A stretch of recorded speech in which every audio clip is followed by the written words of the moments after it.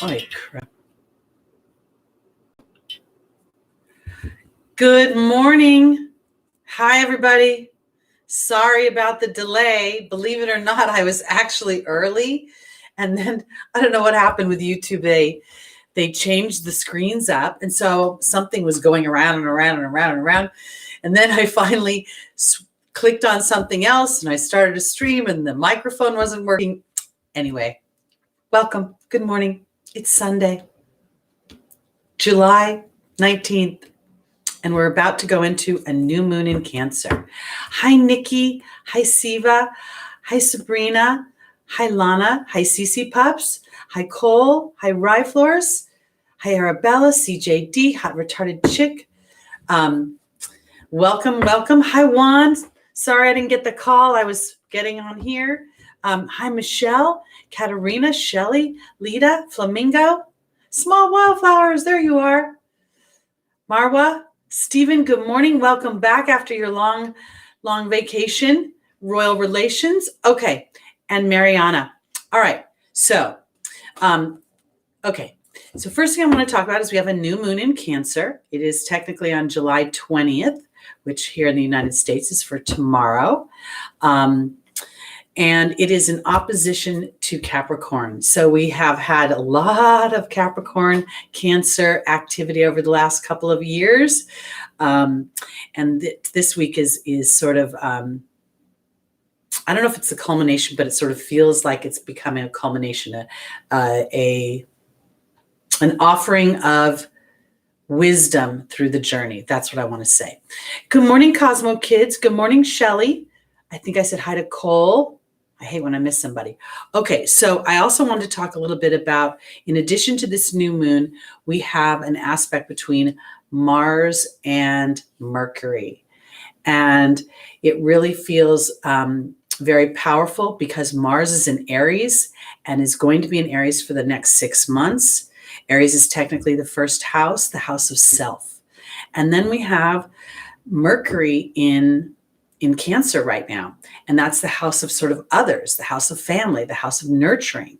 And in a square aspect, we're going to see people, I believe we're already starting to see people who are either trying to be peaceful in their perspective or willing to go to war to defend their perspectives. And one in the polarity of that,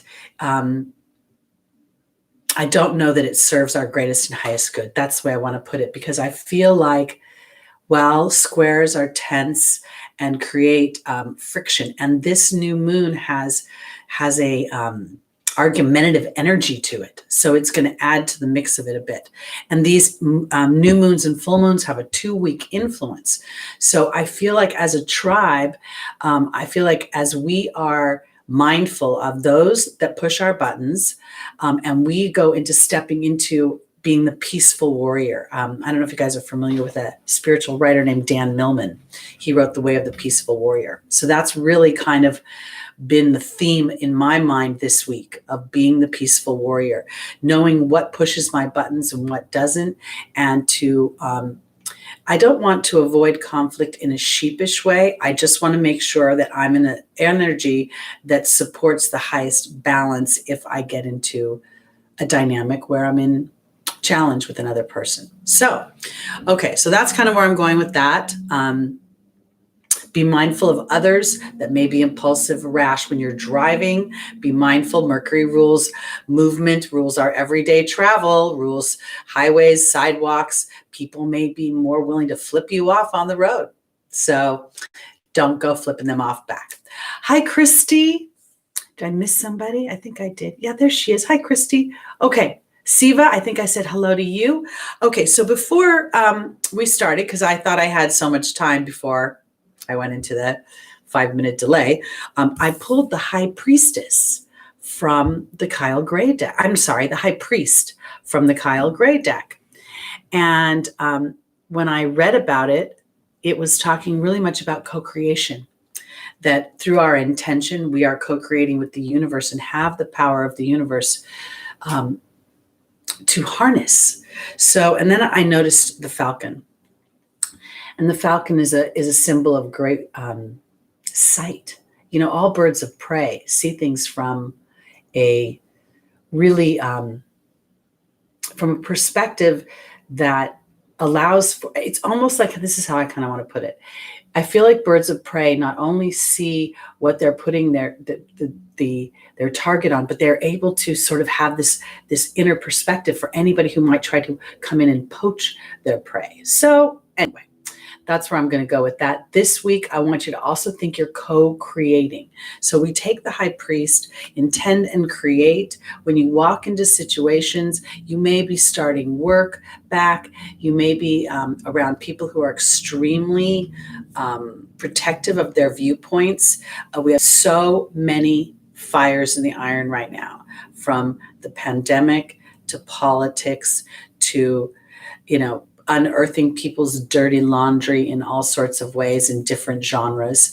So as these things come up, I feel like as a tribe of light workers and light beings, that as we can intend to create peace, and sometimes that peace is to walk away instead of engaging. So that's where I'm going. Welcome, Patricia. Good to see you here. Anna Lequist, welcome. I said hi to Rye. Nirvana Flux, welcome back, everybody. Okay, so you mean irons in the fire? I might mean irons in the fire. I've been talking backwards a lot lately. I don't know what's going on. Anyway, so let's go into our readings now. We'll start with Pisces as we do and work our way forward. For those of you that are new to the show, I've been going backwards from Pisces for quite some time now. I think it's almost been like a year. It feels like it's been a lot of Mercury retrogrades. We will have the timestamps up after the show. So those of you that don't enjoy the kibitzing can go straight to the timestamps. And Cole says, just looked up Jupiter, Saturn, Pluto are all in Capricorn right now. Yeah, they're all retrograde. Yeah, they're all retrograde. And Capricorn is in direct opposition to this new moon. So it's going to be emotion versus being rational, going by the rules. Saturn represents the hermit. Capricorn represents the hermit in the tarot deck. And if you think about the hermit, he's in a cold environment. He's holding a lantern. And he's looking down. And it's really about a lot of self-reflection. It's about looking inward for not just the answers of what's happening to you, but how, like the high priest would say, you're co-creating. Whether we're conscious of it or not, we're always co-creating. And the dominant thought starts to create a magnet. So, and I don't want to say in any way that everything that's bad or challenging that happens to us, we are drawing it in because we're bad or we're too fearful. I want to say that sometimes disruptive experiences will come into our personal experience because it offers us an opportunity to make a different choice, to exercise a different dynamic. And through that different perspective, the peaceful perspective versus the warrior perspective in this particular case, it could create a different outcome. So that's what I'm offering. Sierra, good morning. Welcome. Okay. All right. And I'm going to start now. And just real quickly, Stephen, did I see you ordered your first Stitch Fix box? My shirt that I'm wearing is from Stitch Fix. I'm quite a little Stitch Fix gal. It's just so easy. I'm not a very good shopper. I have Venus and Virgo, so I tend to be more practical. I'm not a girly girl. So anyway. Oh, Jacob, are you asking about what was this card? It's the High Priest. This is I draw one card from the Kyle Gray deck when I start. I've been starting to do that. Shelley inspired me to do that. And this particular one for when I read about it this morning was, as a tribe, we're intending and co-creating. So as we put an intention into the universe, and I really believe the focus is not so much on maybe our dreams this week, but about our perspectives, about how we're going to show up in the face of all of this disruptive energy and all of this. People are angry. they're angry, and they're lashing out. And it's understandable on some level, but it also, sometimes we as humans in our identity of their imbalance become imbalanced ourselves. So that's what I think that this new moon is really asking us, is to find the balance. I've been talking a lot about Capricorn and Saturn being evolved. Saturn representing an energy that, as we stand more authentically in what we want, in the pushing the herd, the paparazzi, everybody else's opinion kind of on the side of the road, and being able to focus more on what we actually want to experience as humans, and then giving life to it instead of telling the story that where we don't win. That's where I think Saturn is evolved, because Saturn then says, well, then do the hard work. Believe in yourself. Hit the pavement. Go to those auditions. Go to those open mic nights. Sing on the street with your guitar if that's what you want to be. And as you sit in that being energy, Saturn will reward you. So this is where I want to go. Take that opposition. Oh, I just got chills everywhere, between Cancer and Capricorn. And I want to turn it into something cooperative. If I follow my heart, if I trust my emotions, which Cancer sometimes doesn't have an easy time doing because it's considering the group. We talked, the fourth house is kind of the house of others. It's a house of family. It's the house of home and hearth. And the first house, where Aries, or where Mars is sitting in Aries, is in the house of self. Who am I? What am I? So these are kind of, in some ways, in conflict, but then they offer going this direction with the opposition of Capricorn and Cancer, as I give a soft, a gentle energy to myself. I'm unsure, yes, but I'm still willing to take one step in front of the other. That's kind of where I'm going with this. Yes, Jacob, exactly. Compromise the opposition, transcend the dichotomy, false dichotomy. Okay, let's go on. Let's start. I hope I said good morning to Regina. I think I did. Yes, all right, here we go. I believe, Regina, a lot of good things are coming. Oftentimes, in order to really experience the good things, whatever is disrupting that has to move out. So let's think about it. Oppressive rules, our freedoms being encroached or not being allowed at all, depending upon where we are in the universe or on the planet.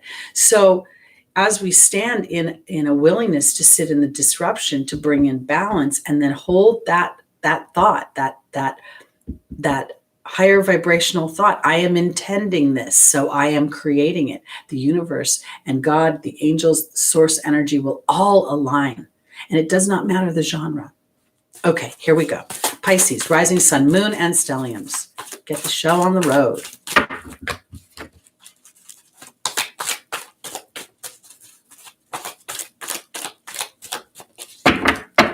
All right. Our first angel is Mystique. The second is Archangel Raphael. The third is Layla.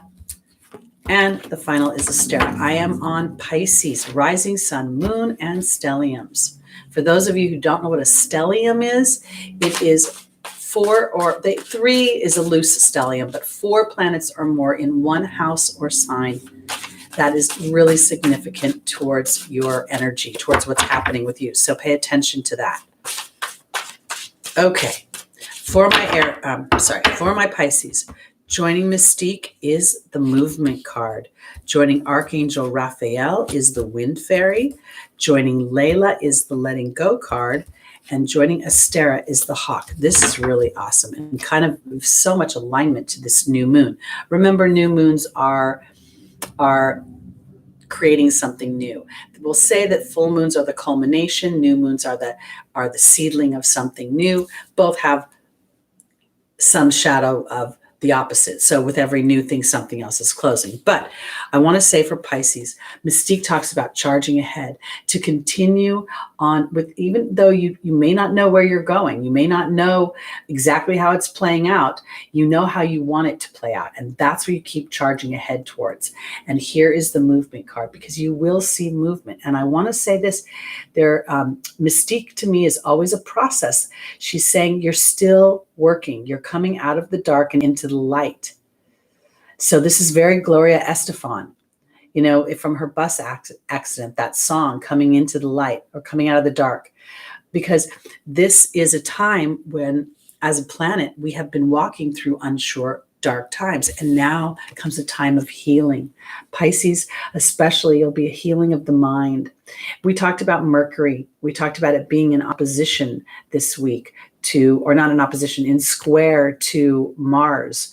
So here there's an opportunity to truly find a reconciliation, a healing, and also a stopping of worry so much. And I say that because in the Angel's Advice, we have Layla, which talks about getting out in nature, spending time, paying attention to what is around you. That's where the signs and the omens are going to come from. And the letting go card for me is never about letting something go. I can't personally do that. So this is about let it go from the movie Frozen. It's funny how some distance makes everything look small, and the fears that once controlled me can't get to me at all. It's time to see what I can do to test the limits, to break through. No right, no wrong, no rules for me. I'm free. Because in the final position for Pisces is Astera, saying to reach for the stars with your dreams and your desires, and don't compromise, and then to continue to see the bigger picture. So I want to offer it this way. The first and the fourth position are more in the 3D world. So this new moon, which has a 2-week influence, and this year of 2020, which is a 4-year, it's a building year. It's a year of renovating the home of the mind, and gives you an opportunity to say you're continuing ahead. So Pisces, believing in yourself, trusting in yourself, and taking methodical steps to start to tell and continue to tell the story where you win. That's what I think is going on here. Okay. And I want to say this too, because as I started to pick the cards up or thought about it, I felt like I want to say to Pisces, within the next 2 weeks, I think you're going to get a tangible sign from the universe that you're moving in the right direction. And I feel like you should be on the lookout for it. And I want to put it this way, because the sign will come 3 times. It's not just going to be once. So if you have something that personally resonates with you, for me, a Seahawk is extremely powerful, because it talks about the Seahawk traverses the air element, and then it's a fisherman. So it can go into the water element with great prowess. That's the emotional, intuitive body and the intellectual body. So for me, that's really a strong sign. Pay attention this week, Pisces, rising sun, moon, and stelliums. You will get over the next 2 weeks some sort of definitive, clear sign that you are moving in the right direction. And while things have not completely manifested, your slow, methodical steps towards what you want are paying off. I feel like I can say that 100%. Stay the course. All right, let's go on to our Aquarius. Ooh, did I just see a grilled cheese with tomato soup? That's like my childhood comfort food. Welcome, Kan Chan. I'm excited to share my recent experience, Teri. Just before my healing session, I saw a hornbill bird sitting outside my window. I was so excited because I never saw them around. That is a perfect example of what I'm talking about. These are the things that I just got chills everywhere. As a tribe, I really feel that spirit is close to us right now, that each one of us has our team very close, supporting us as we step bravely into this new dynamic. And our job is to show balance. That's what I feel like. I don't know if I want to call it a job. I want to say our opportunity it's why I entitled this video, Peaceful Perspective or War of Words, because that's really on the table for this next couple of weeks, if not these next few months, honestly. we have Mars and Aries for 6 months, which is great, but it's also in some ways a little bit of a landmine field because, Mars can get triggered and then Aries can go whack, whack, whack. And we don't want to do that. All right. Oh, Kanchan, that is wonderful. The Spirit of God. This is awesome. So this is a totem of yours. And I'm not sure if you know what a totem is, but a totem in Native American and many indigenous cultures is an animal spirit that walks with us, that supports us. So pay attention to this. This is so important right now because as you trust that, you walk in the light and then you bring others in the light with you. All right. Here we go. Welcome, Amy Brown. Good to see you. Welcome, Paula. See if I missed anybody else. People give me a little bit of grief that I talk too much and I interrupt. So that's in the playback, though. Patricia, Ladybug is a great totem. I have another client who Ladybug is her totem. And I just found a ladybug in my house the other day. Okay, here we go. Welcome, Goddess Energy. Aquarius, rising sun, moon, and stelliums. Your first angel is Archangel Raphael. The second is Xana. The third is Grace and Antoinette. And the final is Omega. Okay. Goddess Energy, exactly why I do this show is so it feels personal. To me, this is a tribe. We're building a community that supports each other, that helps us on our spiritual journey, that walks us through those dark and gray times and those light times. We'll celebrate and console. So I'm super glad that you said that. Welcome, Oil Painter. We've been waiting for you. Okay, here we go. On to Aquarius. We are joining. Welcome, Inze. I hope I said that right. Beshi? Okay. Archangel Raphael is being joined by the love card. I'm on Aquarius, rising sun, moon, and stelliums. Joining Xana is the birth and the rebirth card.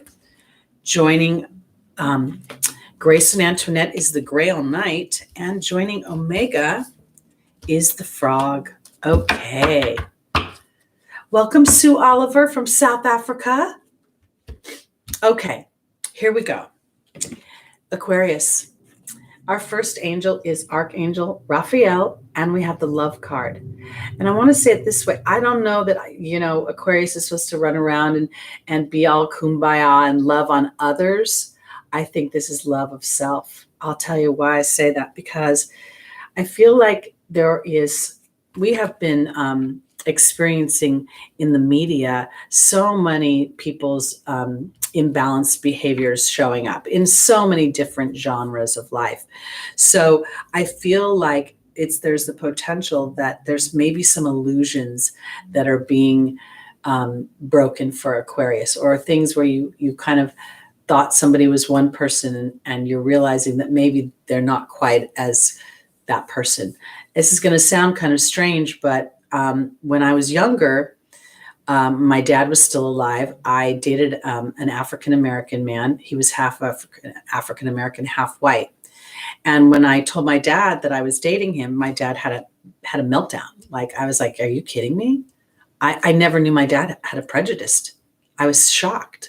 And I remember saying to him, you mean you would rather have me alone and lonely than to be with a man of color? And my dad said, yes. And I was broken. I couldn't believe that he said that. And it changed my perspective of him. Honestly, it did. It's kind of an intimate story to tell you, but I feel like there's the potential that somebody or a dynamic may break an illusion of yours. But I want you to know this, that you're being protected. And there's the potential of a rebirth where maybe you're being offered, Aquarius, a perspective. Maybe you were heading down a line that really wasn't going to serve you. So as you step into more self-love, and you're being protected because you're making decisions that, this is my father I'm talking about. It wasn't a relationship that I could just say goodbye to. I had to do something about it. I had to recalibrate it in my head, because in the angel's advice, I have Grace and Antoinette, the angel of compassion. And then I have the Grail Knight, and the Grail Knight will talk about romance. He'll talk about seeking the sacred, but for some reason it hit me as the illusion. You know, when we first fall into a romantic relationship, everything's perfect. Everybody's perfect. They're the most wonderful thing that ever walked the earth. And then the real news shows up. They're just a human being. So to me, there's something going on about finding and being able to look through an experience with somebody who's important to you, or somebody that means, or it could even be somebody that you've idolized or thought was such a great person. And then you find out they're not as great as you thought they were. And it could be someone you don't actually know, like a movie star or a writer. I don't know, somebody outside like Oprah or somebody, and you find out they're a dirtbag. Because I want to offer this. For Aquarius, there is victory here in the form of Omega, and there is the frog, the reconciliation of emotional baggage. And it's through love. And I want to say it this way, because I don't think it's about, pretending that person is in balance and everything. It's about finding a compassion. We talk about in astrology that when we understand the planets in a person's birth chart, that it can give us a sense of compassion about who they are. I have people with a lot of Saturn around them. And while I like Saturn and its dependability, I don't like when it's and it pinches something off and won't let people breathe. And certain people in my world are so Saturn gripped that they just have to do the same thing every day, and they won't step outside the box at all. It drives me freaking mad. So I'm kind of going with this idea for Aquarius. I feel like I'm a little bit all over the place, but I feel like in general, someone who's important to you, someone you love, may reveal a part of themselves that is not quite as pleasant or as tasteful as you would like, or as open-minded as you would like. And it comes as a bit of a surprise for you. But the good news about Aquarius is that you're ruled by Uranus. And I feel like in that way, you might be able to spin it a little bit. And because I say that because Uranus rules aliens. So maybe you'll be able to look at them as not necessarily an alien, but it may be okay and accepting for them to have alien ideas. I don't know, that sounds kind of funny. But anyway, you will be triumphant over it. So here we go. All right, on to our Capricorns.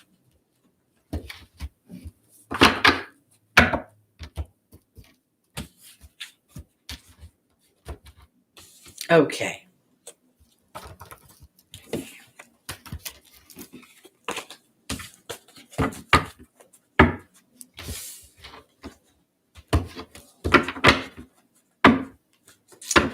Shelley, I've got to do some things about figuring that kind of stuff out. So I'm just not technologically too savvy. So anyway, here we go on to Capricorn, rising sun, moon, and stelliums. Oh, Christy Cook says, thank you for sharing. I'm dealing with similar illusions being shattered by both of my parents. They'd also rather me be alone and sad than choose to move into with the person that I love. It's an interesting dynamic, and it's part of I've talked about over the weeks that right now the world is going through the renovation, right? The renovation of the mind, the renovation of our daily habits to be more proactive towards our dreams and the things we desire. So we see this on a global stage, but it's like rings of a tree.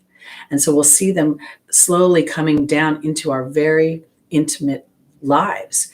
And sometimes when people get caught in a generational viewpoint, it's super hard for them to shift. So it's not necessarily about Christy shifting her parents. It's about moving towards what makes you happy.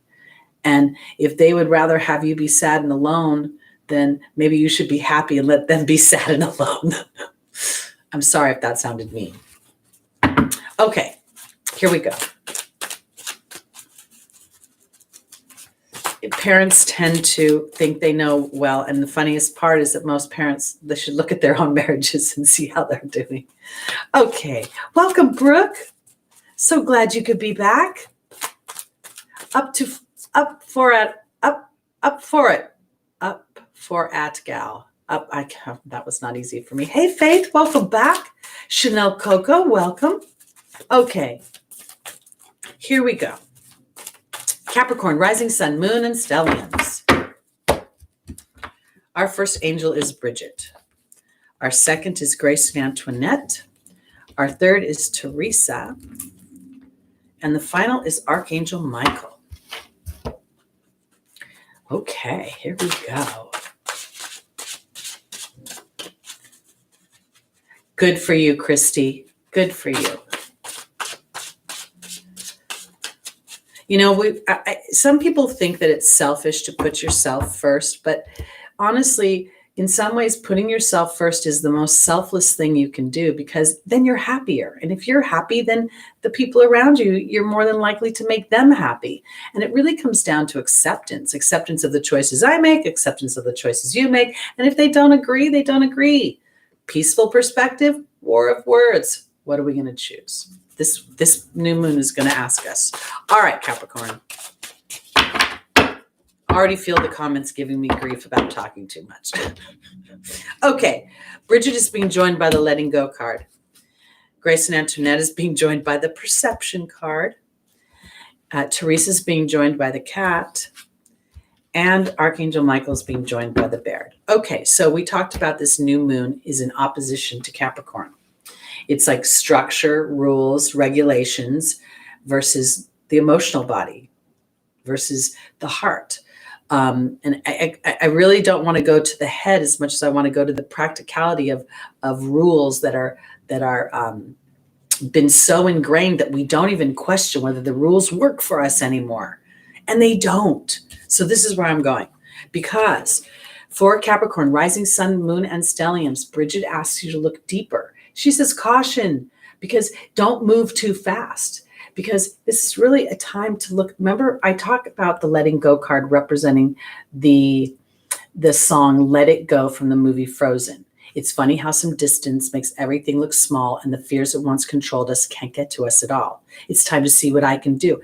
It's really time to look at where those fears are. And if you've been operating on an unconscious or a habitual fear, Capricorn, that's what I want to say. Because in our opportunity or an obstacle is Grace and Antoinette, which is about compassion. And then we have the Perception card. Having compassion for your own perception as you break away from the pack. This is the card of independence. This is the angel's advice. And then this is a card of taking care of others, overly taking care of others, to the point where, when I think about it, Saturn will stay in a relationship because of duty, not because of happiness. Forget my happiness. Why does my happiness matter? This is what's right. This is what everybody does. It's a disgrace on my family to be divorced. That's an old way of thinking, but it's very Capricornian, because what I believe Spirit is asking on this new moon, which is in this opposition to what do I want from my heart and what does my head tell me I should be doing? Well, Capricorn, Archangel Michael is asking you to have the courage and the strength to depend and know you're being protected as you rewrite your history. It's not about throwing it away. It's about rewriting it. This is we have in the first position and the fourth position. So for me, this is about looking deeper into the things and the structures that I have been unconsciously walking and perpetrating and never thinking, do they really work for me? Do I like them? Do they make me happy? That's what this new moon offers for Capricorn, rising sun, moon, and stelliums. So that's where I'm going with that. All right, let's go on to Berkana star. I go backwards. I start at Pisces and work my way towards Aries. I just finished Capricorn, and I'm going to go on to Sagittarius now. Great. I'm glad it's perfect timing. I hear that a lot in the chat. Okay, yeah, I'm whole sign tropical. I'm being a little swayed into Placidus. I've been studying some past life stuff with Brian Coulter. So, but I can swing both ways a little bit.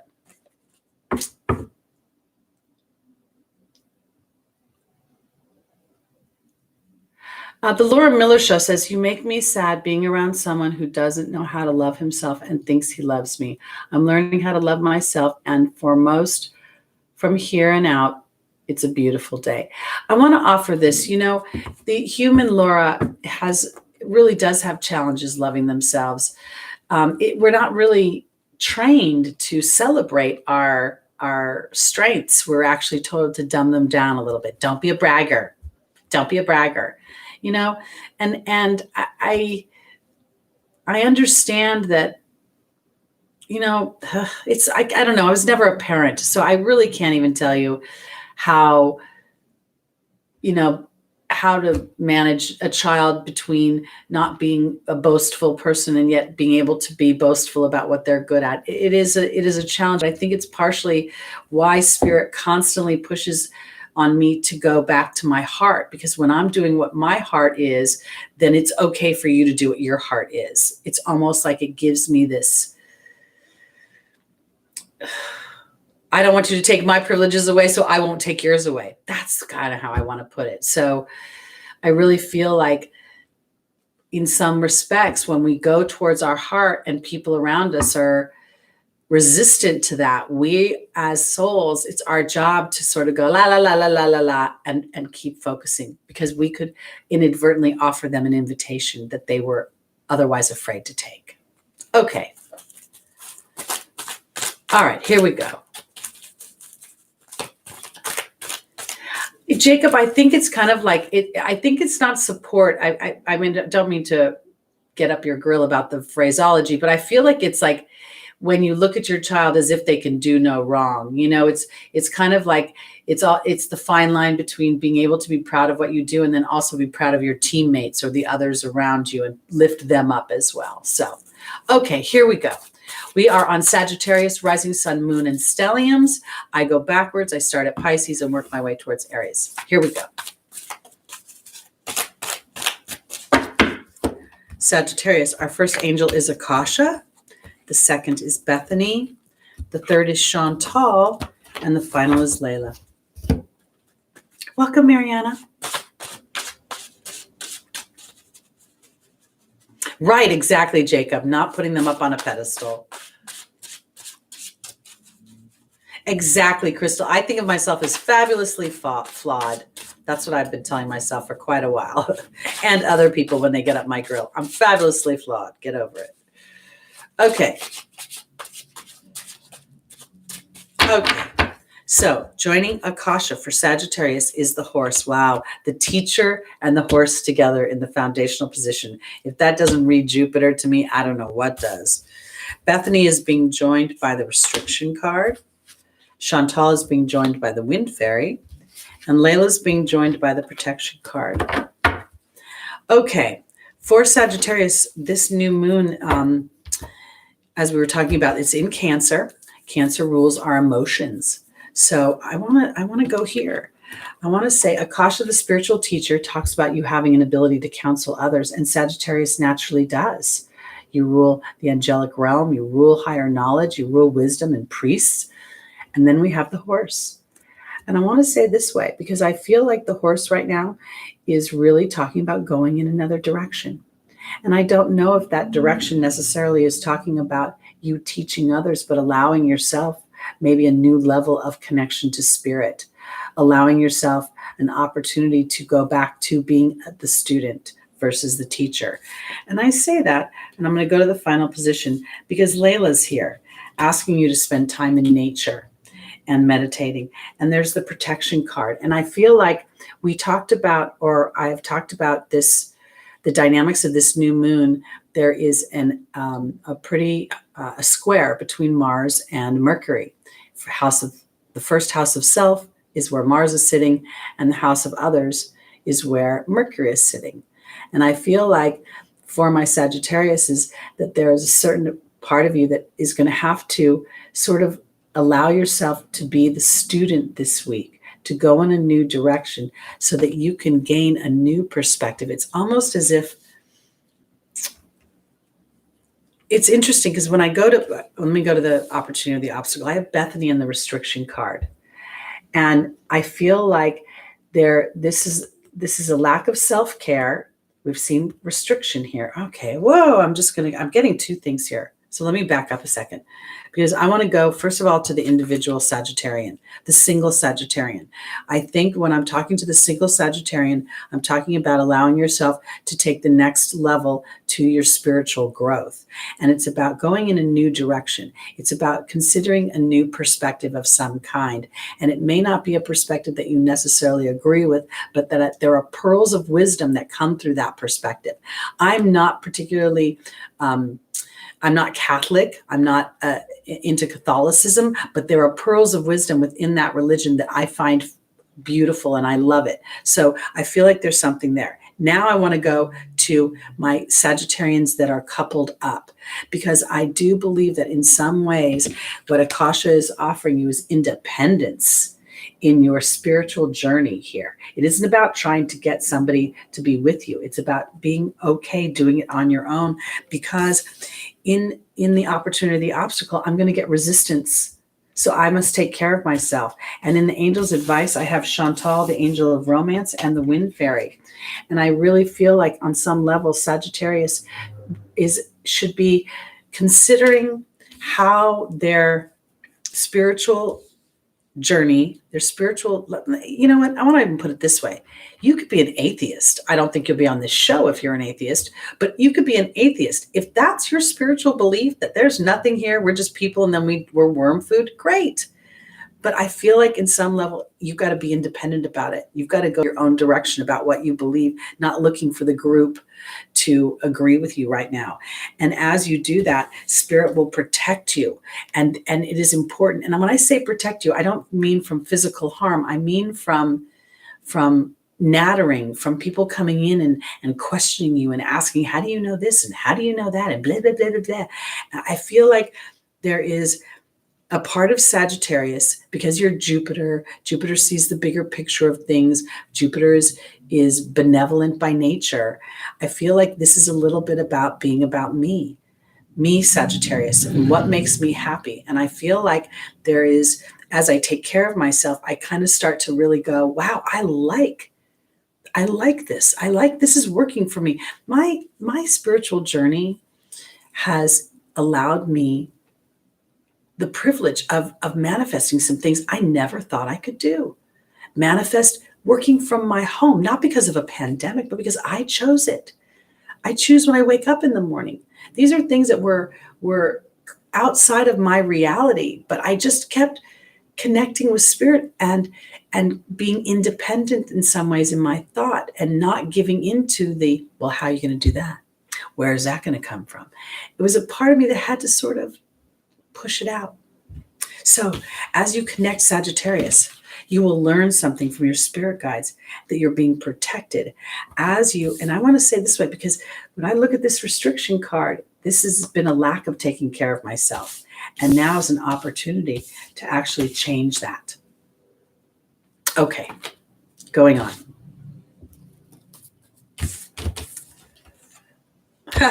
Juan, you're so funny. You've got me down pat now. You've got my habits down. You know how I do this. I end up talking and then I end up getting to the same place. All right, here we go. I'm going to try to move a little quicker to my Scorpios.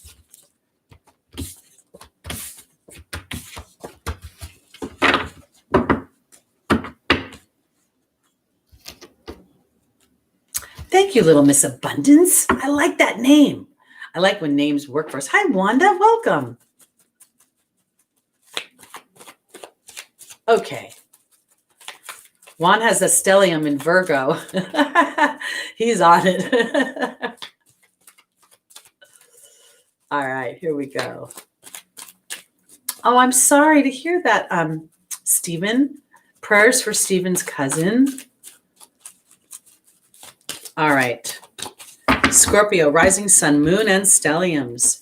Archangel Gabriel is our first angel. Crystal is their second. The third is Vanessa. And the final is Maya.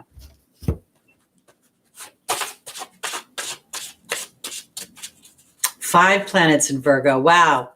That's a big stellium. That's a very strong stellium. Okay. Archangel Gabriel is being joined by the Fire Fairy. Crystal's being joined by the Perception card. Vanessa's being joined by the Hawk. And Maya's being joined by the Lady of the Lake. Okay. So Archangel Gabriel talks about communications, talks about being insecure in your communications and that you have a life's purpose in arts and communications. I want to put it this way. For my Scorpios, to me, this communication does not feel like it's communicating with other humans. In some ways, when I look at the fire fairy, I believe that Scorpio is being opened up to an inner knowing. Pluto's been running around Saturn and Capricorn for years, almost a decade, I think by now, if not longer. And there's a very intuitive nature to Pluto. And I feel like Scorpio in some ways is being activated. And I don't mean that in a negative way, because I feel like you've always been intuitive, always been able to walk into a room and sort of see underneath between the lines. But now I think it's even at a greater level because of the dynamic of the world. And I feel like you should be a little bit excited about this. I feel like it's a little bit more about having an inside track. That's the way I want to put it. Because as you trust those subtle yearnings and you start to decipher between a little bit of the Pluto and the no, this isn't scary. This is a cleansing. This is how we move things out to open new things in. Because in the opportunity or the obstacle, we have the perception card and we have crystal saying that there's more on the horizon that you can't see. So, and when I do this, and I want to put it this way, because here's the faith card and here is the hawk rising above fear. I feel like crystal is really talking about your intuitions. Have faith and hope, because whatever you're feeling on the inside is starting to come to fruition. You may not see it with your eyes, but you know it's there. And now it's a matter of trusting those perceptions, knowing that they are, I'm getting chills everywhere, divinely guided. Because when through all of this nonsense that's going on, all these structures of the human dynamic that have been, in some ways, they work for us, but they've gone too far. So they also oppress us in some ways. Working 40 hours a week is great because it pays our bills and gives us money to go out and do things. But 40 hours is a little bit oppressive and dominant of our time. So, because in the final position, I have Maya and the Lady of the Lake. And the Lady of the Lake is about ultimate truth and courage and about emotions. So emotions are connected to our intuitions, and Maya's the card of schooling and education. I believe that Scorpio is being activated into an inner knowing, and it's time to start to trust that, but not from the perspective of, oh no, something bad is bubbling up underneath to bite me. No, the opposite, that spirit is actually connecting with me. So they're giving me the opportunity to move around what is not working for me and take advantage of what is working for me and start to getting a rhythm that way. That's what I want to say. It actually feels pretty exciting to me when I look at it, because I feel like once Scorpio starts to feel that rhythm, then I feel like it's pretty easy to plug into it and to start to rely on it like a friend. That's the way I want to put it. Okay, let's go on to our Libras, rising sun, moon, and stelliums.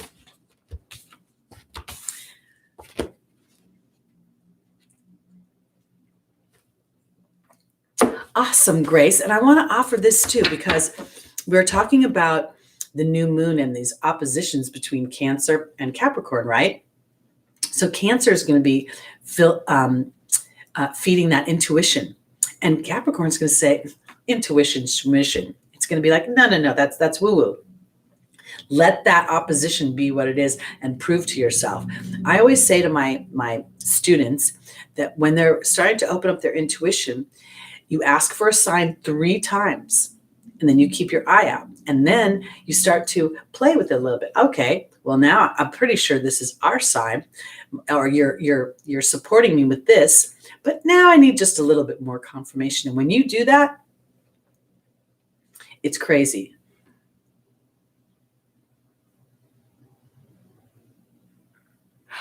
Well, Sierra, after our last session, I did some creative intentions out into the universe. And like Teri said, Kim K posted me and messaged me. So much momentum. Yes, you do have to come see me and tell me what happened. All right, here we go, guys. On to Libras. This is the exciting thing about this transformational year, is the stars are so aligned. It's almost as if the stars have sent out this huge invitation to us. I mean, between the number of eclipses, the comet that only shows up once every 8,300 years, the dynamics between Pluto and Capricorn and everything that's been going on there. I mean, it really is so much, it feels like an invitation. And the more we go, no, the more it just gets harder. And the more we surrender to, well, maybe there's more to this party than I can see just walking in the foyer. All right.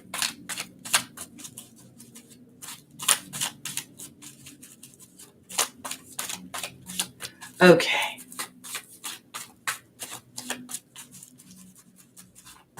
Here we go. Libra, rising sun, moon, and stelliums. Our first angel is Xana. The second is Omega. The third is Celeste. And the final is Rosetta.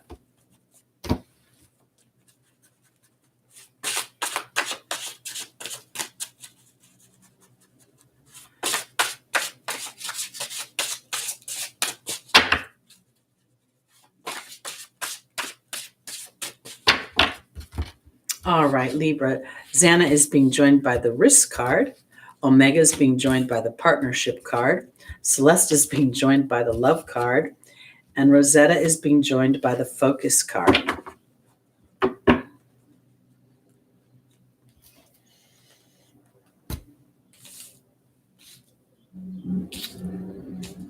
Okay, so here we go. Xana talks about protection, and there's the risk card. I want to say this. The risk card for me is always about an intention. It very much, it demands that I focus so much on the outcome of what I want, and I give no wiggle room for doubt. And that's not always easy to do. But here's Xana telling you that you're being protected, and being protected from the worst types of harm. And to me, the worst types of harm are emotional and spiritual harm. And that's what I think is going on for Libra, because when I look at this, I feel like a couple things are going on. In my opportunity and my obstacle, I have the partnership card, and I have Omega, the victory card. I could say that many people may want to be in partnership or want to feel the rhythm of partnership. And I could say that because I have Celeste and the love card in the Angel's Advice. But I think it's bigger than just intimate love. I think there's a kumbaya, that Libra is just so over the anger of the world, the anger of everybody, the division. You know, Libra represents diplomacy. It doesn't just represent partnership in love. It represents partnership and cooperation in general, things that are just and fair, the legal system. So I feel like this is really, with this being in the Angel's Advice, welcome, Thibaut. We've been missing you. Everybody's been wondering where you've been. Sorry for Libra, I interrupted. The partnership card, it comes from victory when you allow yourself the scales, Libra. You know what? Sometimes there must be injustice to have justice. Sometimes there must be imbalance to inspire balance. Because right now, I think that part of the challenge for Libra and what is to be focused on is the childlike innocence, that we are being protected. There is a bigger wisdom going on to everything right now. We as humans tend to think we run this planet. We do run over it like crazy, but we don't really run this planet. The moon, the stars, the atmosphere, our energy, the things we can't see run this planet and run our lives. So as we align to the idea of risking a bigger picture. So for Libra, I think I've told this story before, but I'm going to just tell it really quick. I'm a Libra sun. When I was a little girl, once again, another story about my dad. I was walking down the street, and I was bullied quite a bit in grammar school. I had this big curly hair, and at the time I had full lips, and I used to get a lot of grief about it. And I was walking down the street, and I was telling my dad about it, and he said, well, Teri, the world's not fair. And I was incensed. I said, that's a choice, Dad. People could be fair if they made fair choices. And he sort of giggled at me like, that's just how the world is. Too bad. And it's exactly what I think Spirit is saying, is for you to risk the idea that it is fair. It's fair beyond our own eyes. It's fair beyond our little perspectives right now. And as we hold a bigger space, as we risk a bigger picture for Libra, that we are being protected and that we are somehow coming into partnership with one another in a greater way, where the lines of division that we've drawn through the years melt away and we move into a place of more love. I often talk about Celeste being a perspective. You can put my body, Celeste talks about a happy move to a new home or a new place of employment, ushering in new energy. But you put my body anywhere, I think a certain way. And I'm not going to change my thoughts because you plopped my body somewhere else. So for me, Celeste is saying, as I move into a perspective of love, and that's love is not always meaning that you like something, but you can appreciate in its diversity.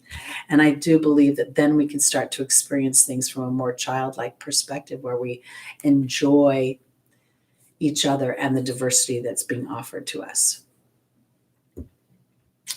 Okay, so I'm going to go on to our Virgos. Amy, yeah, you have Libra in the first house. Oh, and you have a Virgo ascendant. So it's practical for it to be fair. I get it. Makes perfect sense. But this planet is not meant to be fair. Because if it was fair, we would just live out of body in spirit. You know, there's the wisdom of coming down and being under the veil, making the choices to stand in a loving choice or a loving energy. And when I say love, it doesn't mean I have to love the dynamic like, ooh, this is my favorite. It just means that love doesn't judge. Love doesn't decide what's good for the other person or the other dynamic. They do that. So I feel like it's those choices that really give us the feelings of love, the feelings of empowerment, the feelings of exhilaration when we accomplish something. So we need the contrast. We need the hill to climb in order to conquer it. So surrender. Here we go. Oh my gosh, I love bringing up Baby with Katharine Hepburn and Cary Grant. Oh my goodness, it's a great movie. Okay, on to our Virgos, rising sun, moon, and stelliums. Our first angel is Astera. The second is Serena. The third is Celeste, again in that position. And there's Archangel Raphael. Oh, Kenshan, there is something about the grasshopper. And if you come back next week, I'll research it. But in the meantime, if you want to look it up, there's a book called Animals Speak by Ted Andrews. And it's one that's based on Native American culture. I very much resonate with it. And I'm sure grasshoppers come up because we were doing animal totems a little while back. Okay. So there you go. Welcome, Vivian. Is that Vivian, my Vivian that I know? Is that my Vivian? Or is that another? Oh, it's Viviana. Sorry. Hold on. I dropped a few cards. Wanda, yeah. You'll kiss a lot of frogs before they turn into the prince. That's the rumor. I'm sure plenty of frogs have kissed many a princess and thought, you're not quite the princess I thought you were. Okay. Virgo. Our first angel, Astera is being joined by the Disruption card. Serena is being joined by the Wind Fairy. Celeste is being joined by the Trust card. And Archangel Raphael is being joined by the Joy card. Okay. Astera says to reach for the stars with your dreams and your desires and not to compromise. This is not about pulling in the humans to agree with you. This is really about taking care of this. This is a direct line to spirit. And then there's the Disruption card. There's a little bit of a challenge here because I would say for Virgo, you may have in your ability to really visualize what you're wanting right now, you may not be able to do that with a clear eyes. It may feel this opposition between the moon and Capricorn in this new moon. I'm sorry, the new moon in Cancer and Capricorn may be messing with you a little bit because you're going towards that Capricornian practicality. How will it work out? And you can't really see it because I feel like, and I'm going to go to the final position for Virgo, it's more the idea of imagining what it feels like, hence the joy card. And Archangel Raphael is the angel of healing. So I want to put it this way. In order for my Virgos to start to manifest what they want, and it may be, more, I don't want to use the word security. I want to use the word rhythm or flow. I don't think it's about looking for something that make you feel secure. You're willing to do the hard work to make yourself feel secure. It's just you're wanting that flow of some kind. So I want to offer it this way, because when I look at this, Estera is asking you to go to the joy.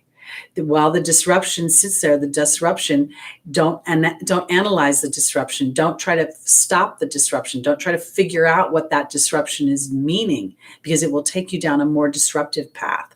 It'll start to gain momentum. So it's about imagining what it's like once it's been solved.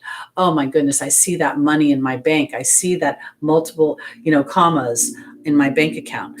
And I in some ways really do want to go to the bank, because here's Serena, the angel of money, and then there's the wind fairy. And many of you may be wanting to start new businesses, change jobs, make more money at your job, because this does feel like it comes from a practical place to me. Because when I look at, in the angel's advice, we have Celeste and the trust card. So again, I just spoke about how Celeste is a shift in the way I'm thinking. Then as I shift the way I'm thinking, the wind fairy, then spirit can open up a dynamic that then can give me the physical experience that supports that faith. That's the way I'm looking at this. And I feel like while I look at Serena, and for some reason it is coming to me as money, I also want to open it up as resources. Because sometimes it isn't just about money, but maybe somebody trades you a service or offers to fix your plumbing for you and not charge you.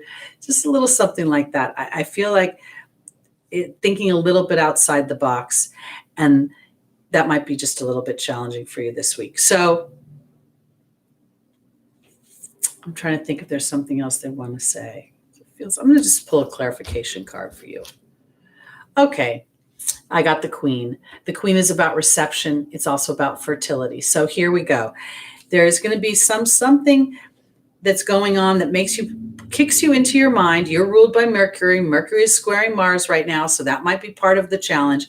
But overall for Virgos, it's about receiving. So your tagline for the next 2 weeks, at least until the full moon, is thank you. Thank you for da-da-da-da-da. Thank you for da-da-da-da experience. And then watch as spirit starts to pepper your experience with breadcrumbs showing you which way to go. And I want to go back to, for Virgos, remember we went with the high priest, intend and create. So it's really about being able to put an intention out there and then take the small methodical steps, first emotionally and then physically. Okay, on to Leo.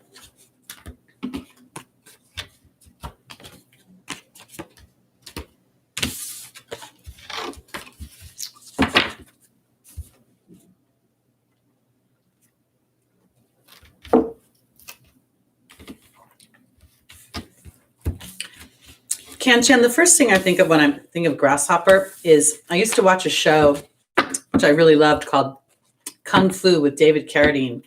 And his master, his teacher, called him Grasshopper. So that's the first thing that I think of, is that the whole dynamic of the spiritual practice of what that show is about, which was martial arts and knowing that your body is a weapon, and then being able to be within your body and conscious. Because there was constantly in that show, he used to always get these bullies at at the beginning of every show, he would get a bully that would come up and they'd think he was this little weenie guy. And David Carradine wasn't a very big guy. And then he kicked their ass, basically, So it was another thing about I feel like the grasshopper may also be, be mindful of what you see and not to assume that your eyes are telling you the full story. Okay, here we go. On to our Leos. That happens to me all the time. I had Gilligan's Island theme running through my head, and lately I've had some really old songs like she's coming around the mountain when she comes. She's coming around the mountain when she comes. She'll be coming around the mountain. She'll be coming around the mountain. She'll be coming around the mountain when she comes. She'll be driving 6 white horses when she comes. That song has been stuck in my head for a week. I hope it's stuck in your head now too. Of course, you have to be really old to know what that song is. Okay, going on to Leo. Our first angel is Crystal. The second is Maya. The third is Archangel Uriel. And the final is Ariel.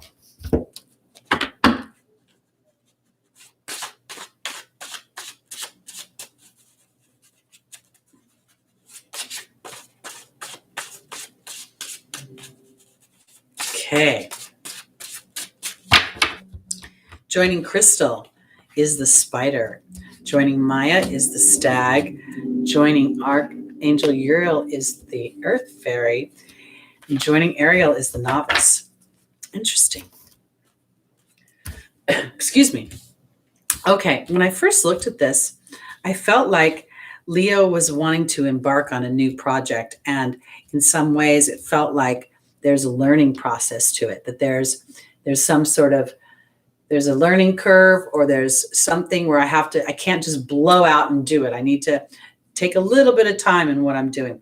So Crystal says, have faith and hope. There's more on the horizon that you can't see. And then there's the spider.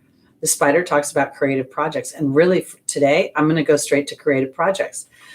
Excuse me. And I say that because, Leo represents the 5th house, represents creative genius, represents fun, romance, playtime, personal pleasures, and personal endeavors. We talked about the high priest, intend and create. This is a personal card about your own intention and that you're co-creating with spirit. And when you put your intention out there, spirit starts to create a dynamic that you are then invited to step through.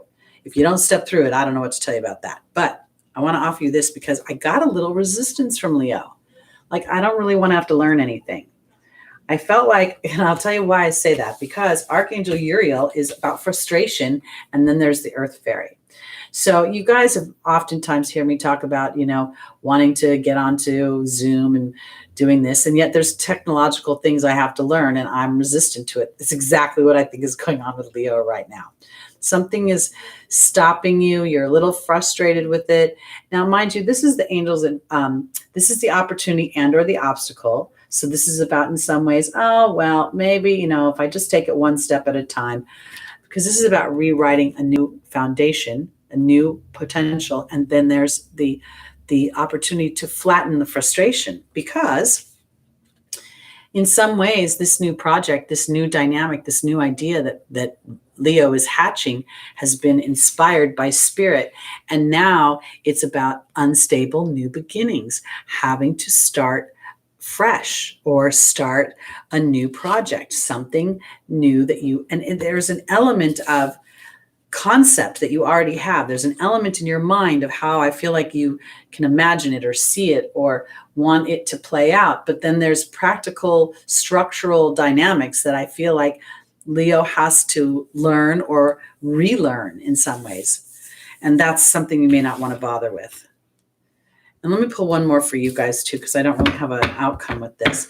We're talking about a new moon. We're talking about a new moon that's in opposition Cancer. The new moon is in Cancer, and it's in opposition to practical and follow the rules Capricorn. So that might be where the frustration comes in. Maybe there's some red tape that you have to go through, or something that's Capricornian in nature. You got to wait for something to lift before you can move forward. So let's see. Oh, and there's the cat. Now the cat will talk about healthy boundaries and independence, but it's 9 lives. So that's how I'm seeing it.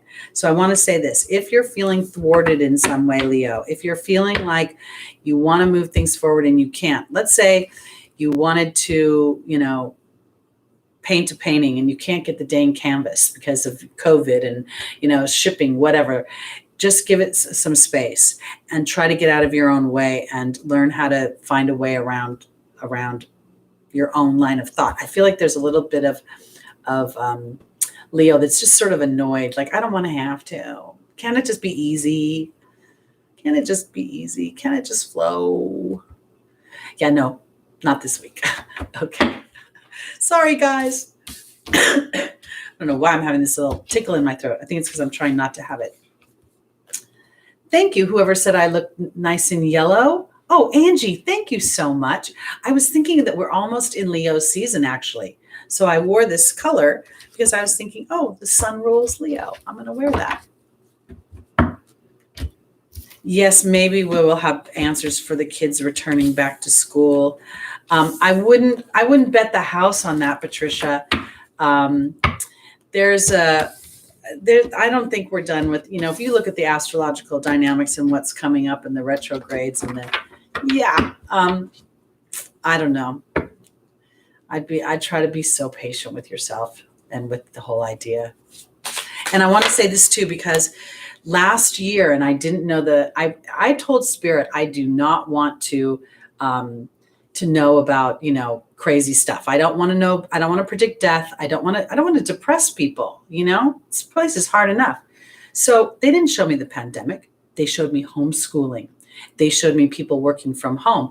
I assumed it was out in the future. I didn't think it was going to be like lockdown, So this is where I'm going with this, because one of the things I saw, Patricia, was mothers becoming, or families becoming cooperative within the homeschooling dynamic, where people were like making relationships with other people, and they're like, okay, you school the kids on Tuesday, I'll school them on Wednesday, you take Thursday, I'll take Friday, Monday's a gimme, whatever the case may be.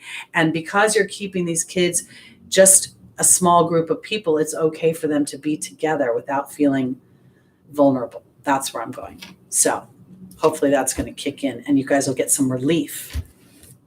Not that you don't love your children, but you know what they say, distance makes the heart grow fonder. Sorry. Okay, here we go. On to our Cancers. I'm really long-winded today. I'm sorry, you guys. Cancer moon. Here we go. Merlina is our first angel. There's Shanti in the opportunity of the obstacle, Desiree, and Oceana.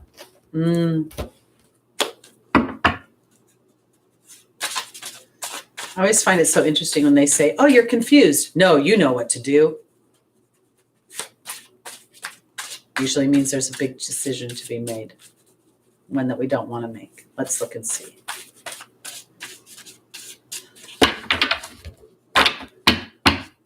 Okay. Merlina's being joined by the Fire Fairy. Shanti's being joined by the Truth. Desiree's being joined by the Horse. And Oceana's being joined by the Dog. Okay, so for my Cancers, the house of others, the house of family, of home, of nurturing. And there we go in this new moon in opposition to the rules, to the man, to society, to, Capricorn ruling the Hermit. It's like in many ways, Capricorn can represent isolation and alone time. And then we have this family time and this opposition. When I look for Cancer and I see Merlina saying you're confused and indecisive, it's because right now I feel like you can't find your optimism. I honestly kind of feel like that's it. I feel like maybe this whole year of is wearing on you. It's almost like, I don't think you've given up. I don't want to say that, but I feel like you just were really looking for a reprieve. I need a reprieve. And I want to offer it this way, because when I look at the Fire Fairy and I'm seeing a dimming of my own optimism, maybe a surrender for Cancer. Maybe it is time to do something creative. A coloring book, something, make a mosaic, maybe even a vision board, because I think it'll help you. I think part of Cancer's challenge is the truth, the deep truth, the hard truth, because Shanti is the angel of peace, and peace can only come in when the deep truth is acknowledged within my heart as a Cancer, because that deep truth in the angel's advice, We have Desiree saying conditions aren't favorable. And then we have the horse, which is, it talks about, on the face of the card, it talks about delegating authority, about accepting help from another. And maybe that's exactly what this is about. Maybe before you make any huge decisions right now, it's time to really go deeper to your truth. And maybe there's something that's seeking out counsel in some way, seeking out a safe place where you can talk about that truth and really sort it out. Because I feel like it's not black and white for Cancer. There's something that feels gray about it. It's almost like, I don't want to throw the baby out with the bathwater. I don't want to make a decision that I'll regret down the line, because Oceana is saying to take action but in regards to love. And I don't know if this love is about a specific person, but it is about the bigger concept of love, because actually love sometimes is disruptive. Love will say no to an energy that's imbalanced. We find in relationships with addiction that there's the enabler, and that person thinks that they're loving the other person. They don't mean to over love them. So I'm using that as an example, not saying that Cancer is an enabler, but I think that you're confused and indecisive because you lack optimism about how to take action in your love life, in what is going on with it. And I feel like right now, Desiree is saying, don't take action, but instead seek some sort of counsel so that you can be at peace with your deeper truth. That's where I'm going. All right, I'm going to go on to Gemini. Rising Sun, Moon, and Stelliums.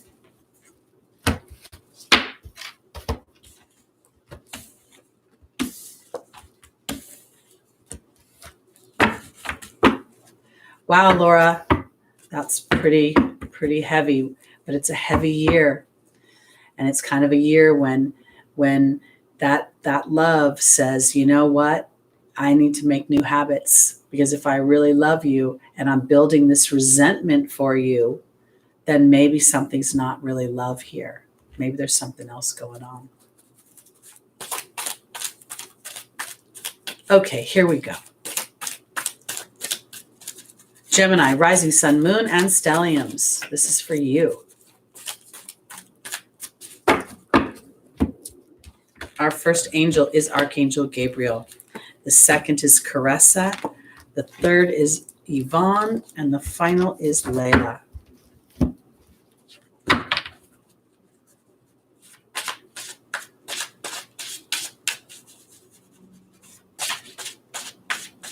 Thank you, CJSH, SHJC.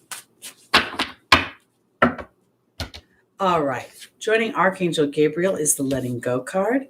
Joining Caressa is the Swan. Joining Yvonne is the Novice. And joining Layla is the Focus card. When I first looked at Archangel Gabriel, I thought to myself, wow, that's Mercury, right? Mercury rules communications. It rules our everyday lives. And then I have the Letting Go card, which is a number 44. And the year 2020 is a 4. I think for my Geminis, I really think this is about rewriting your everyday activities. And I want to put it this way. I don't know if they're the physical activities as much as they could be all the things ruled by Mercury. What I am speaking, what I am thinking, what I am teaching. I feel like in many ways, this is an opportunity to, and I'm going to go to the final position, to gain real focus on my perspective.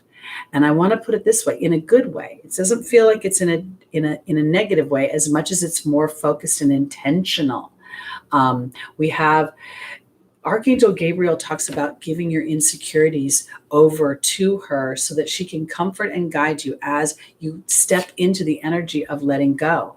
And for those of you that are new, the Letting Go card is not about letting anything go. It's about letting me be who I am. It's the song from Frozen, Let It Go. Again, it's funny how some distance makes everything look small.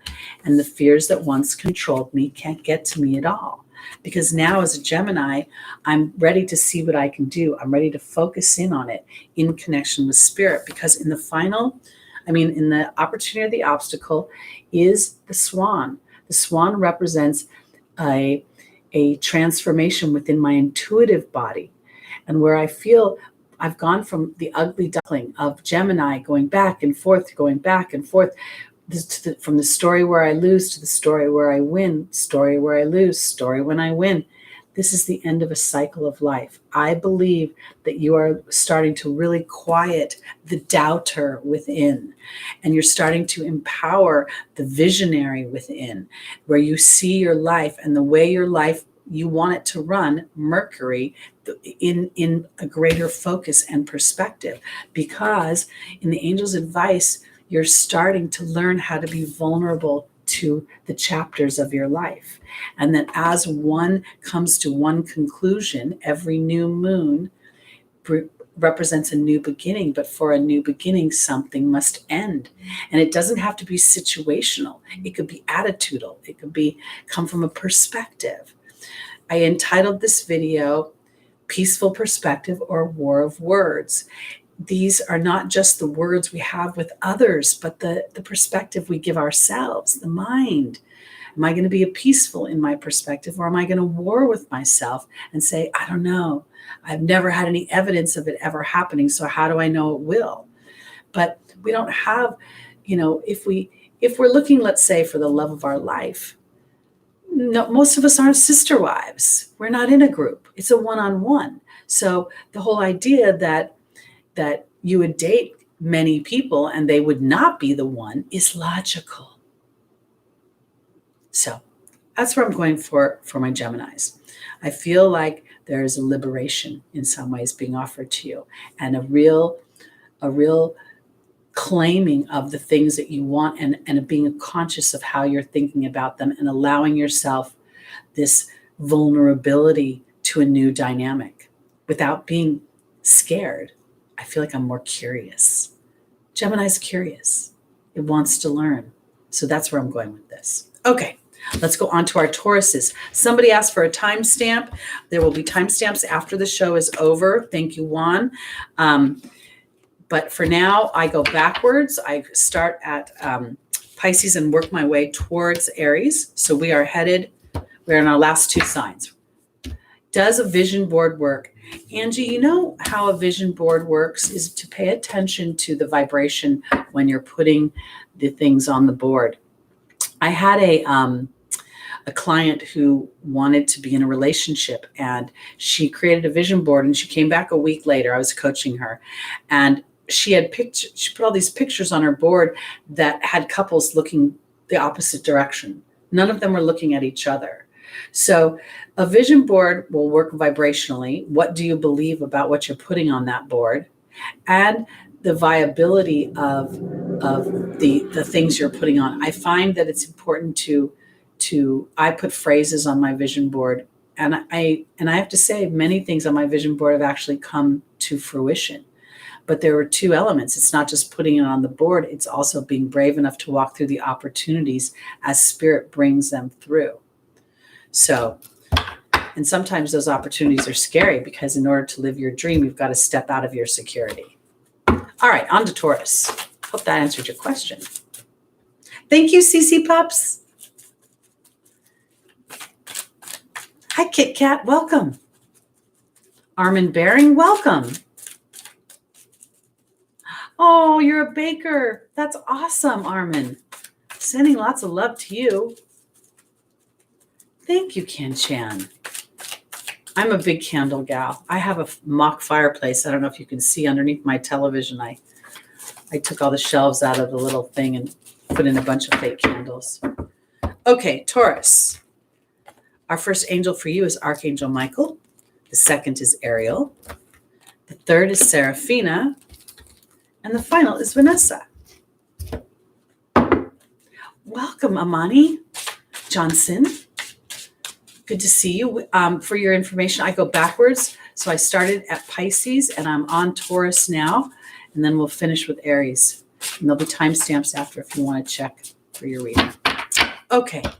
Taurus, joining Archangel Michael is the Perception card. Joining Ariel is the Serpent. Joining Seraphina is the Wind Fairy. And joining Vanessa is the Bee. Okay, So thank you, Stephen. That's very generous. Taurus, Spirit is asking you to be very, very brave this week and courageous in looking at your own perspective. Looking at how Uranus is going through Taurus, and Uranus is a nervous energy. It's kinetic and anxiety, and the rules the nervous system, and it can also bring a lot of unexpected change. So Taurus may be feeling a little unsettled. In addition to, as if things. Look, this year is almost like a cherry on the sundae, because Taurus has been going through this since the Capricorn Pluto started to creep towards each other. I think Uranus moved into Taurus early 2018, maybe 2017. I'm not quite sure. So my point is this, because Taurus, you're going to have to be really courageous and pay attention to your own perception. And if your perception is actually messing you up a little bit, because you may be basing your perception on what has been, and that is not giving life to what can be, because I'm going to go in the final position. Here is Vanessa asking you to have faith. And then there's the B. The B is about my attitude, my disposition, my intentions when I walk into a situation. And it's asking me to have an attitude of faith, because in the opportunity, the obstacle, you're being offered an opportunity to shed a new skin, or to shed an old skin and see a new skin. And when I say that, it's through the connection to spirit. So let's say for Taurus that you've not been in a successful relationship. Maybe you've even been married and the marriage did not work out. And so you think, well, this is how people are. This is how my love life is. Spirit is offering you an opportunity to have a new experience. And part of that is your courage in being able to see where your own perception has contributed to your experiences. Because in the angel's advice is Seraphina offering you a happy change to your family, but it comes through your mind. It comes through your analysis. It comes through the wind fairy, the mercurial things that we've been talking about. And what did we say earlier? Right now, Mercury is in the house of home, and it is squaring Mars in the house of self. So there can be this, well, what am I getting out of it? And then this feeling of wanting to be part of the group. And I feel like back and forth, here we go. It's like, okay, all right, let me just back up for a second. I want to say this for Taurus. If you've been used to a certain dynamic, like let's say I'm trying to think of a good example. Because I almost feel like Taurus gets comfortable too easily. And I want to put it this way. It's like you have a fear bubble and you address the fear bubble. It seems like, oh, good, this isn't going to bite me in the butt. And so then you stay in a situation, and there may be other things that are not quite in balance. But that particular personal fear bubble is so comforted that it doesn't look at how,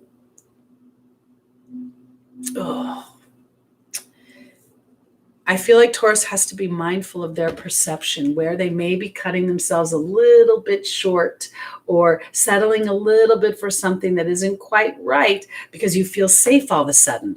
And it's not safe because it's a little thing inside of you that you're afraid of. All right, maybe I can do it this way. I am not a sheepish woman. When you piss me off, I'm more than happy to share. Now, I've learned over the years to share more constructively. But I know this about myself. So when somebody meets me and they think, oh, you're so sweet, you're so nice, I get nervous because I think I'm not that sweet. I'm not that nice. I'm kind of really honest and frank. So that could be a fear bubble. So when I go to Taurus, I'm a Taurus moon, so I know this energy. I might have a little trepidation about how the first time you piss me off and I'm not conscious, I'm in an unconscious place and I turn around, I'm a little, are you going to be like, whoa, what happened to the sweet, nice girl? And so I have an argument with you and I'm a little snarky bit and you take care of it. You're like, okay with it. Now I've gotten comfortable. Not saying I'm going to perpetrate that energy, but maybe I don't realize that you drink too much, or you don't call me when you say you're going to call, or you're duplicitous in some way. And I'm settling for it because I was more scared that you wouldn't like how I was when I was cranky. I hope that's making sense, because that's where Taurus could be tripping themselves up, and where it's important for you to be brave in your perception and have faith that your being energy is just right for the right person. And don't settle for the wrong person or the wrong situation because they've accepted a negative or what you deem is negative about you. All right, going on to Aries real quickly. Don't want to make these videos so long. So thank you, Tessa. Okay. Aries, rising sun, moon, and stelliums. Okay, Mars is in your sign. Mars is going to be there for 6 months. And in those 6 months, a lot can get done. A lot of stuff can happen. And I want to say it this way, because it doesn't necessarily mean for Aries that it's all about amassing the material. It could be really about digging to your deeper truth. And it could be conquering, in some ways, the shadow side of Aries, resentment and anger. It could be about getting to that deeper truth where you feel, I just talked about a part of me that can be a little bit challenging in my expression. But what I do know about myself, as I am now 60, almost 61 years old in October, that I do have the ability to consciously communicate when I'm not happy and to do it fairly and without name calling. So it's a part of me that's evolved. So I really want to give Aries this opportunity to see your own evolution as you stand strong in your Arian energy and don't think of yourself as a crankmeister or the mean guy or whatever else Aries gets painted. All right, here we go. Aries, rising sun, moon, and stelliums. CJD, you could do to do a manifestation. You can harness the energies of the skies, absolutely, through various things like eclipses and new moons. But it's the consistent intention that's put down. It's the consistent emotional intention. Because you could put an intention, oh, I want to have this, but you don't believe it's there. You don't believe it's actually, like for me, I'm 61 almost. I've never been married. And there's a big part of me that goes, wow, the clock is ticking. I might never meet anybody. And I need to decide what's the bigger momentum. And I think it's my faith, really. Even though I have this little underbelly of doubt, I've always felt in my mind's eye that I would meet someone when I was older. So I'm actually giving life to my own story. Now it's important for me to continue to give life to it. That's where I'm going with all of this. That's okay. So I don't want to call you evil, but that's your name, Evil Del Bono. 40 days of manifestation starts Tuesday. Think about it. 40 days is a concentrated effort focusing in on one thing. That creates the energetic law of attraction. So you will manifest. Now, when you manifest it, it's about the law of allowing, because then that's the next brave step. All right. Here we go. Aries, rising sun, moon, and stelliums. First angel is Fiona. The second is Bethany. The third is Serena. And the final is Marlena. Well, if that doesn't make sense, because it's all about receiving. Okay. So what is Saturn up to? Saturn is up to everything. It's opposite this new moon right now. So it is, Tebow. It's doing its Saturn thing. Samantha, that's that opposition between Cancer and Capricorn. That's what this new moon is doing. So give yourself a little bit of get out of jail free card. Watch a good movie. Okay. Fiona's being joined by the frog, something that'll make you laugh. Then Bethany's being joined by the transformational card known as death. Serena's being joined by the focus card. And Marlena's being joined by the high priestess. Well, wow. This doesn't make sense. So here we go. Fiona says, now that you've asked God and the angels for help. I can't remember who read it. It said it again. Hold on. Let me back up a second. Evil de Bono is right on. Now that you've asked God and the angels for help, focus on that. Allow yourself the privilege of daily focus on what you want. Thank you for that reception, because it is offering us good luck in the form of the frog and leaping to a new lily pad. Because as I look at this, Bethany is saying to take care of yourself, and then there's the transformation. And I want to put it this way, because I don't think that Aries doesn't take care of themselves in the long run, but I want to say that this is a bigger taking care of yourself. This is where the parts of you that are strong, the parts of you that are the spiritual warrior, the parts of you that don't like to eat BS, and other people may be like, you're mean, you're too hostile, you're too this. Well, too bad for them, because you are about to show them abundance, because the angels are offering you abundance. And I want to say this, when Fiona and Serena come out in the same spread, focus in on your abundance. Look at them. It's all about receiving. Fiona does it joyously with her eyes open, and Serena does it in surrender with her eyes closed. That's what's being offered, because for Aries, the vision of what you want is coming. Merlina talks about being confused and indecisive and needing to do more research. I don't know that I think it's about research. I don't know if I think it's about looking down for an expert. I think it has more to do with being confused or indecisive. Could be the dynamics of 2020 and the energies we're walking through. Will I be able to do it? Won't I be able to do it? Yes, I'll be able to do it, but I'll be able to do it most efficiently in concert with spirit. And that's when we go back to Fiona. So for my Aries, new moon, okay?